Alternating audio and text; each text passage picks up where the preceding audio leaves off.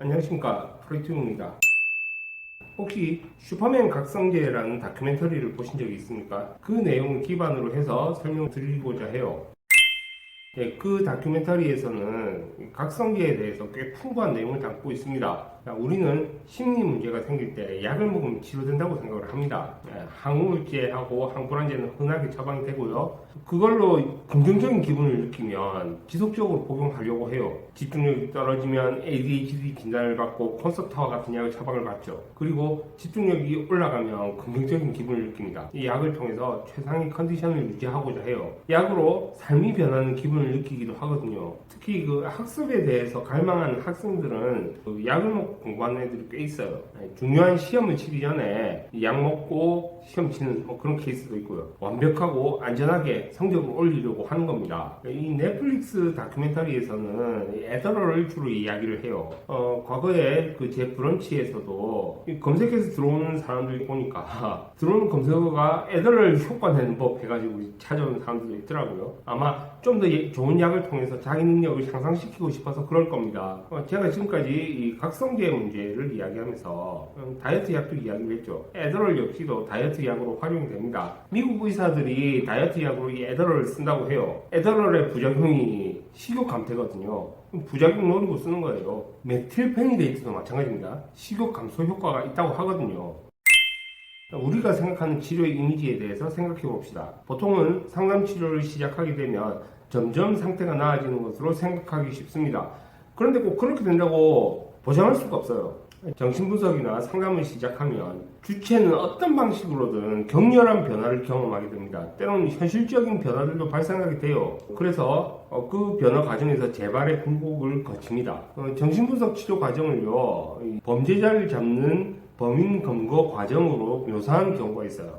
들레즈도 정신분석을 두고 경찰로 비유하기도 했죠. 증상의 단서들을 따라 올라가서 증상이 거의 잡히려는 시점에 왔다고 해봅시다. 범인이 잡히려고 할까요? 아닙니다. 안 잡히려고 발악을 해요. 이때 증상이 심해진다는 겁니다. 기존에 유지되던 증상 상태를 포기하지 않으려는 거죠. 저항이 나타난다는 겁니다. 예를 들면 이런 경우가 있어요. 증상을 통해서 어떤 만족을 얻고 있단 말이에요. 어떤 만족을 얻고 있는데 이게 분석 과정에서 이게 증상 행위라는 게 밝혀지면 이 만족을 포기를 해야 돼요. 이 만족을 포기하게 되는데 그러면 이 즐거움이 없단 말이에요. 즐거움이 없어지니까 어떤 걸로 이어지냐면 아무것도 못하고 안절부절하고 그런 상태로 이어지기도 합니다. 그런데 이 기간은 거칠 수밖에 없어요. 이것을 분석 치료 과정에서 거치는 명인 현상으로 불러요. 그래서 정신분석에서는 회복과 재발이 반복된다고 하거든요.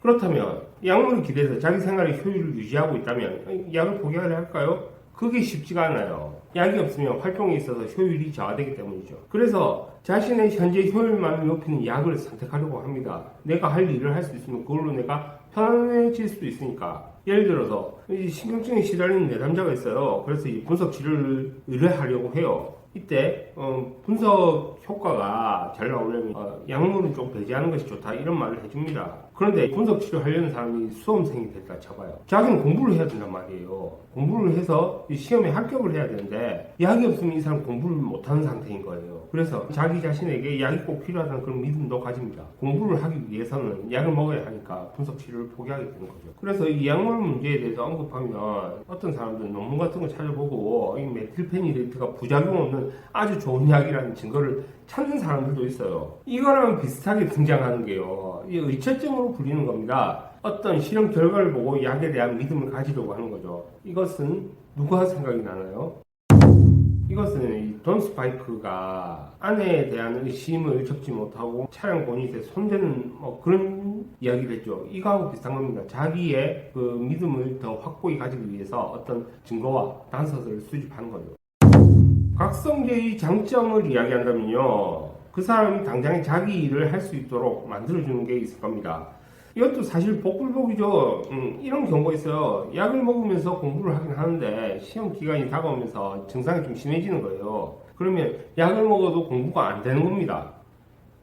어떤 경우에는 이 컨디션이 더 나빠지기도 해요. 그렇게 시험을 망쳐버린단 말이죠. 또는 공부를 전혀 하지 못하는 애가 있어요. 이 애가 분석 과정에서 공부에 열중하게 되고 그걸로 이제 성적을 올린단 말이에요. 이러면 이제 공부 욕심이 나거든요. 자기는 이제 정신과 다니고 있으니까 병원 가면 의사가 그 약을 처방해 주니까 병원 가가지고 이제 의사한테 이야기를 해요. 공부 좀 더 많이 하고 싶다. 좀 더 열심히 하고 싶다. 그러면 공부 잘하는 약으로 알려진 걸 이제 처방을 해준단 말이에요. 메틸페니데이트죠. 그래서 공부를 할 때 약을 먹고 공부를 하려고 한단 말입니다. 근데 이때 약을 먹고 그 부작용이 바로 일어나요. 막 하루 종일 아무것도 못 먹고 아무 공부도 못하고 하루 종일 구역질만 했던 그런 케이스도 있습니다. 각성기 관련해서는 할 이야기들이 아직 좀 더 많아요. 이것들은 제가 다음 시간에 이야기를 하도록 하고요. 신체 문제하고도 연결되는 지점들이 있습니다. 그래서 당분간은 이 각성기 문제에 대해서 좀 지속적으로 다뤄가는 게 필요하지 않을까 하는 생각이 들어요. 그럼 다음 영상에서 이어가도록 하겠습니다.